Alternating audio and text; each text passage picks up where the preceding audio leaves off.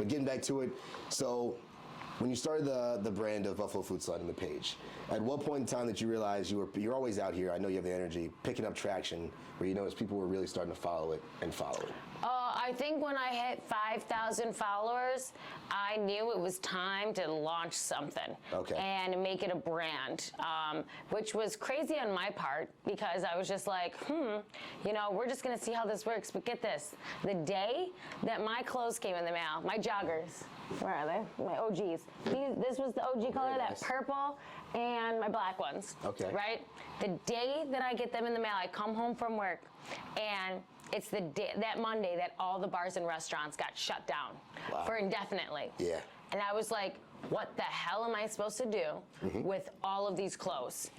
And my dad looks at me, and he was just like, well, you got some money here, so get going. And my parents were so awesome. I lived in the city, but used my parents' whole entire living room as my inventory space with boxes and boxes. But they just like redid their garage, so it was like they didn't even hang out in their old living room anymore. But we just moved all the couches and had a whole office set up there. And my sister and I would fill up minivan, I'd fill up my cart, and we disperse. Like she'd do the south towns, I'd do the north towns, like dropping off the orders. But I got maybe like 100 pants my first order, sold out in 3 days. Wow. And I was like, And then knocked on my dad's door, and I was like, I need to borrow a bunch of money. And he was like, what? And I was like, I need to borrow $10,000. And he was like, whatever, I believe in you. And did that, paid him back in 6 days. And then I knocked on my door, dad door, I need to borrow $20,000.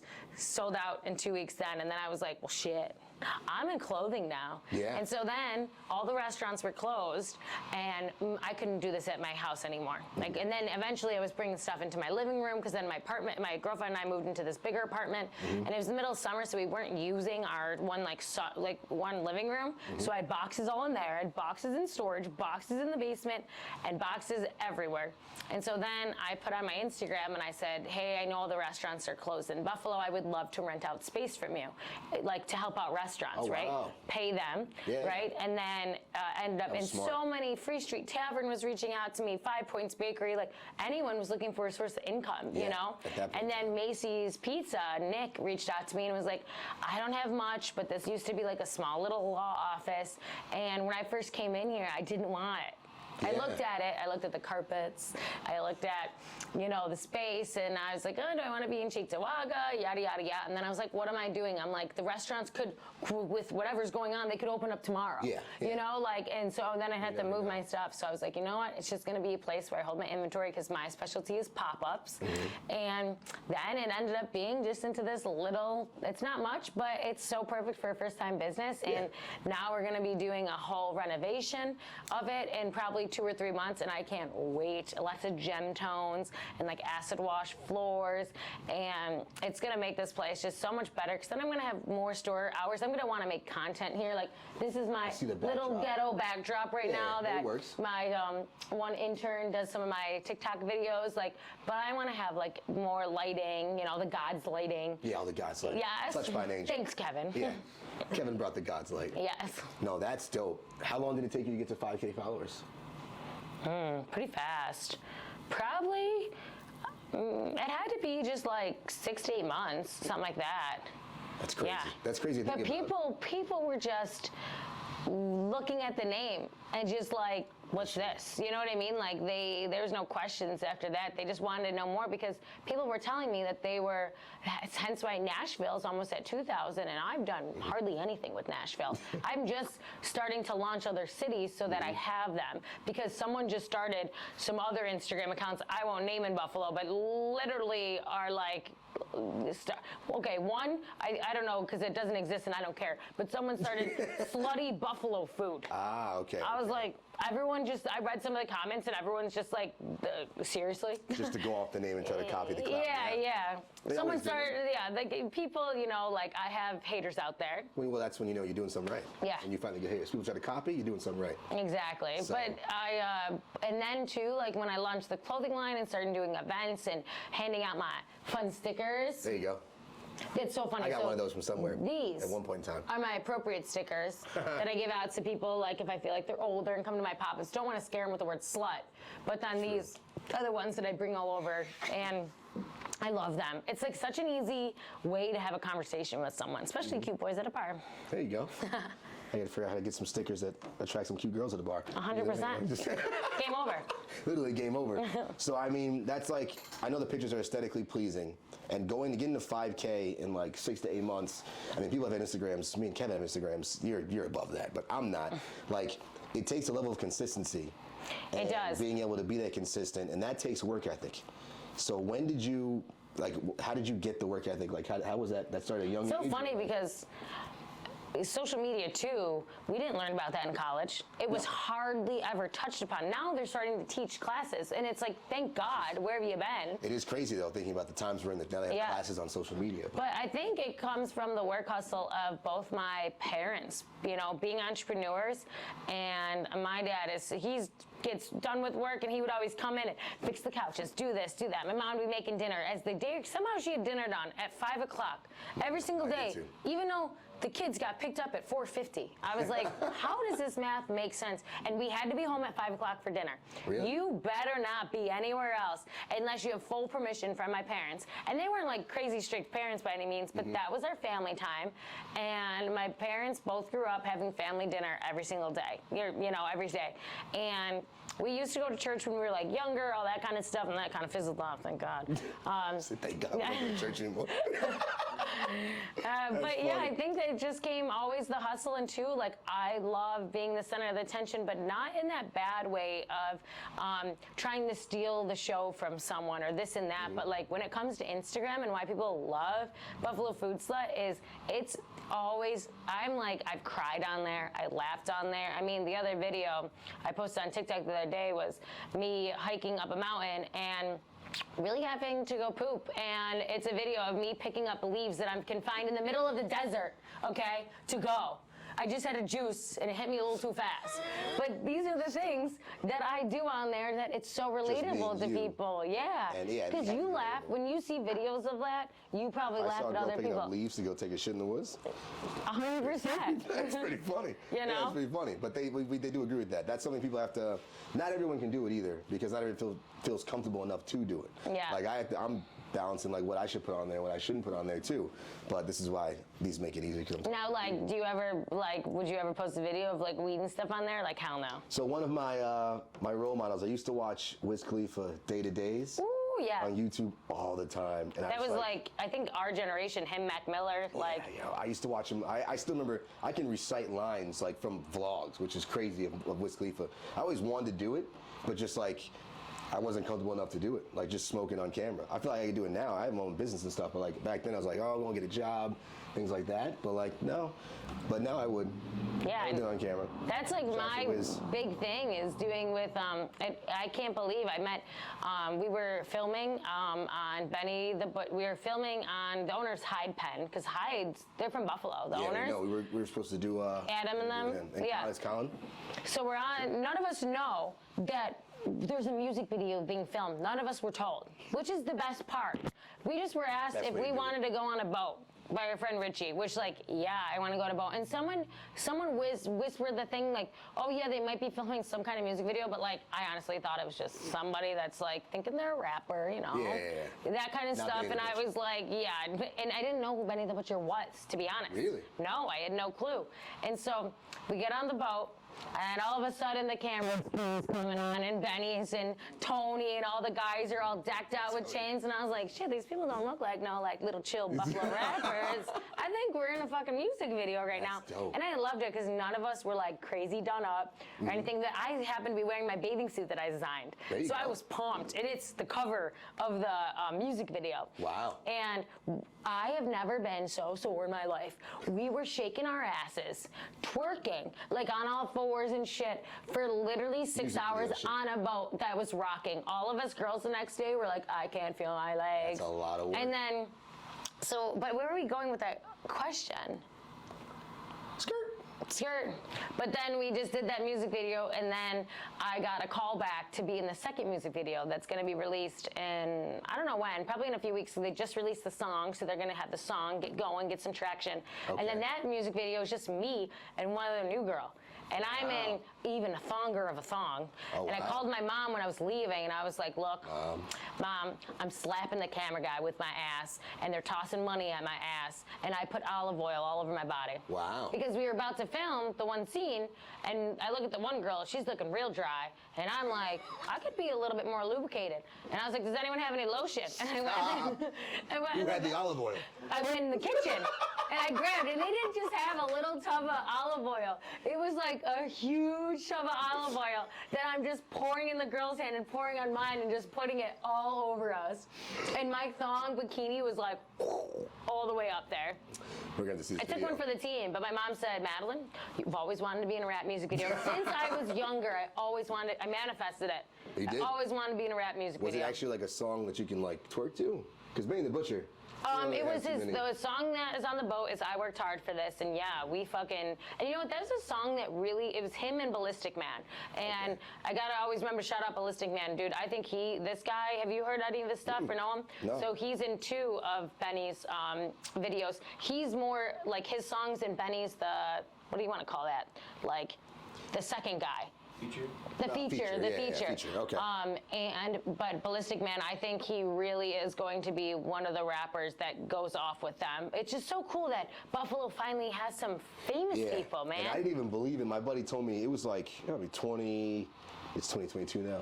Probably 2018, 2019. What year is it anymore, right? Like, they just all fly by. went together. And January, I blinked and January was over, and now it's midway through February. But either way, he told me these dudes from Buffalo got signed by Eminem.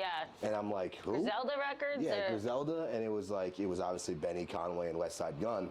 And I checked some of the shit out, and I'm like, this is like real gutter New York, sounding like old school, like it reminded me like Dipset, kind of. Like back then when they were just talking. It's a lot of drug talk, but I mean, it's just like. But I saw Benny live at the Rapids Theater, and I got to see way more of his music, and I couldn't believe how good it was. Oh, he's and good. it wasn't because, like, don't get me wrong, love Eminem, but there's been some of his songs where it's like, for a girl, it's just a little too much. Eminem fell off. Yeah. But then he came back for the Super Bowl looking like a boss. Yeah, with the classics. Yeah. But and so but Benny, I felt like he was singing, it was very educated, very like good, and I could like get along with it. And I love that he does some of his music videos modern after The Sopranos and Godfather and shit. Because that's like what my parents grew up watching, and that's what I've seen, and I was like, I love that. It's so different. Yeah. And just coming from here too. I mean, like I said, I'm not from here, but seeing the culture now, and they're creating a culture too. That's dope to bring back some hip hop, or not even bring hip hop here, because I know 100%. people who came from Buffalo before them. That's like, everyone's like, oh, they were around, but like, I'm like, so what happened? They just like completely like popped off recently, but I'm just so happy, and I'm happy that I'm a part of it, and I hope that I'm in the 3rd one that they're gonna be doing with some other special guests. But I'm like, let's go. Like, and so baby girl's been working out and doing all twerking and ass workouts and squatting. It's a wonderful thing. I'm just trying to make my butt as fat as I can. That's gotta be honest. Today's world. They can't be mad at you. No one's mad at you. That's really funny, actually. So 89 events. Like, as you said too, I mean, we both probably did the same thing in college. Throwing ragers. I feel like I may have majored in throwing parties. That's why I can throw a good party. I can do it too. How did you, like, what was even going back to the first event? What was First event was at Fatty Beers, and that's why I did my anniversary party there. I was sitting down having beers with my friend D-Ray, who's one of the owners, and Nick. And I didn't know Nick that much, I knew D-Ray. And I was like, well, I really want to do a pop-up. I have some inventory, and I know that 5 Points Bakery is throwing a little, like, having live jazz music and having like 5 vendors. Like, I'm probably just going to do it there. He's like, Madeline, you're a Buffalo food slut, and you're going to do your first pop-up at a bakery? He's like, I know. You love 5 Points, we get it. It's right around the corner for me, and I love fresh baked bread. Love fresh pasta. And he's like, but we're Fatty Beers. You can bring your own food. We can get food vendors. We can do whatever you want. And they just let me throw this party, and it was during COVID, and I still had over 100 people come up for my first pop-up, and I brought anything that you see in this office / my whole entire patio furniture, slashed my plants from my house, cactuses, palm tree, like anything you can think of. And I brought rugs, and I made this place an oasis. And then my parents, I just love them so much. My dad was like, we're gonna bring cornhole, we're gonna bring can jam. Smart. People brought splat ball or whatever. Splat ball? Yeah. Spike ball. Spike ball, because it's a little trampoline thing. Yeah. Yep. And we threw a rager, and we made the best we could out of it. And then my first year anniversary party, we had to do it there again. We had food trucks come, we had vendors come, like Glamping New York. Was it one of the picnic places set up picnics there? We had meat and charcuterie boards. Like we just threw, and then we had a DJ, and we just threw such an event. And we put it together. In 5 days, I looked at my calendar. I finally wasn't doing a pop-up, and I wasn't out of town. And I was like, this is the weekend. And we were so nervous because we planned it, right? In 5 days, just made a flyer up, said we were going to do it. We had over 550 people come. Fatty Beer said it was the best. Yeah, the best sales they've ever had. And then, you know what's awesome is I was like, guys, we cannot have a line for people getting beer because their place is so small. It's so small. I was like, we needed to go. Yeah. So what they did is they put a little beer cart outside selling $3 beers, White Claws, all that kind of stuff to just keep it going. Keep it going, yeah. 100%. We had a Buffalo Burger Bros, which are fire burgers. They're like smash burgers. Then we had Sun Cuisine doing sushi. Okay. Fire. Then the meat and charcuterie boards, and just like other things going on. But we just crushed it, and people showed up for it. And that was like a moment for me because being an entrepreneur, I'm sure it happens to everyone in you, but you doubt the hell out of yourself. Are 20 people going to come tomorrow? Are 50 people? I mean, I told these food trucks 100 people were going to be there.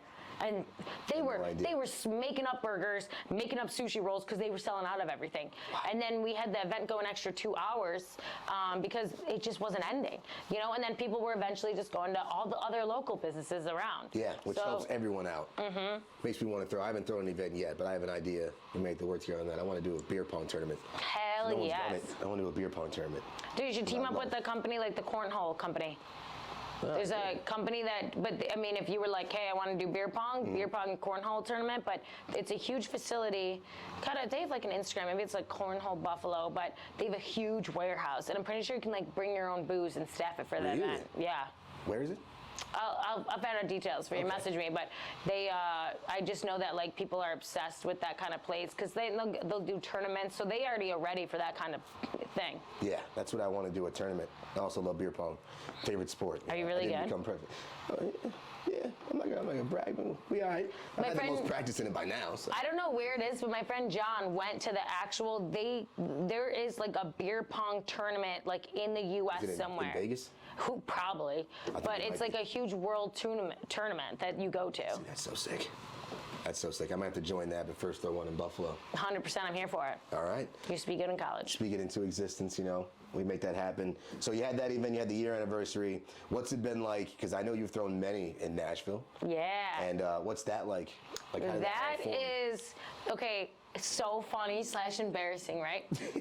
I go to Nashville for the first time because I know that the Bills are going down there. Mm-hmm. So I wanted to do a food write-up, where to go to eat and drink in Nashville because 35,000 people went the 2 years before. Yeah, they invaded Buffalo. So I was like, perfect way to just get people onto my food blog, message me where to go eat food. So I went there. Mm-hmm. I brought some of my clothes, and I said, I went and found the Bills bar that was down there, and ended up that the one guy who runs the Bills Backers bar, Louie, ends up being a BFS fan. Oh. And his dad was one of my regulars at the bar because he's from Buffalo but lives in Nashville. Okay. And so then I talked to Louie, and Louie's like, hey, we'll have a meeting, come down to City Tap in Nashville, So I went down there, and he wasn't there yet. He was like, okay, I'm just running late, it's coming. So then I was talking to the bartender, and I brought some of my clothes, and I gave them to the bartenders. I gave them a whole pack of clothes. Okay. So the Bills are coming down here, and I'd really love for you guys to wear my stuff because I bet you guys really don't have a bunch of Bills clothes because it's a Bills bar only during Bills seasons, you know?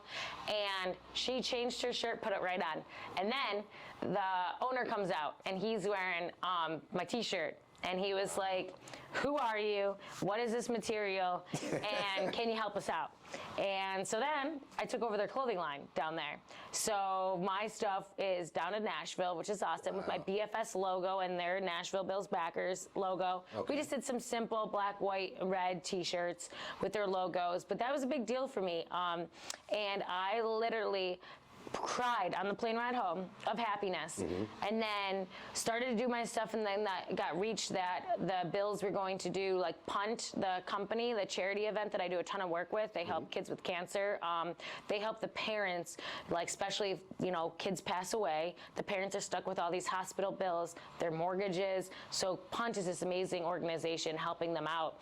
And so That's awesome. I got asked if I wanted to do a pop-up for their big event on, what was it, maybe Saturday night there. And so I got to fly back.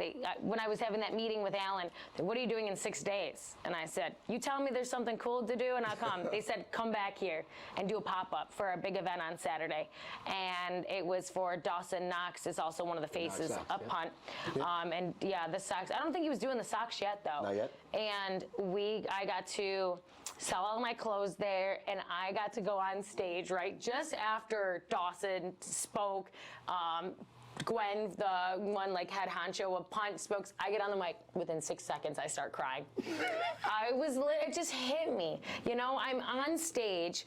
Dawson's whole family's there, sister, brother, mom, dad, probably uncles. While he was